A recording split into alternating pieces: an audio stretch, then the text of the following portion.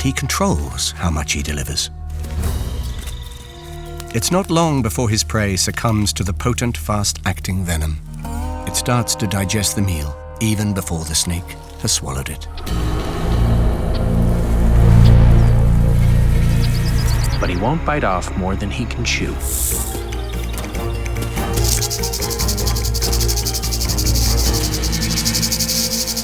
Like a matador, he provokes his enemy,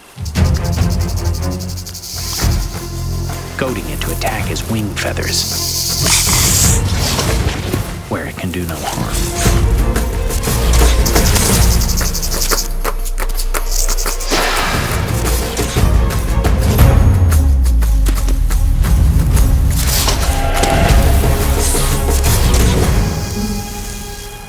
Until finally, it's had enough.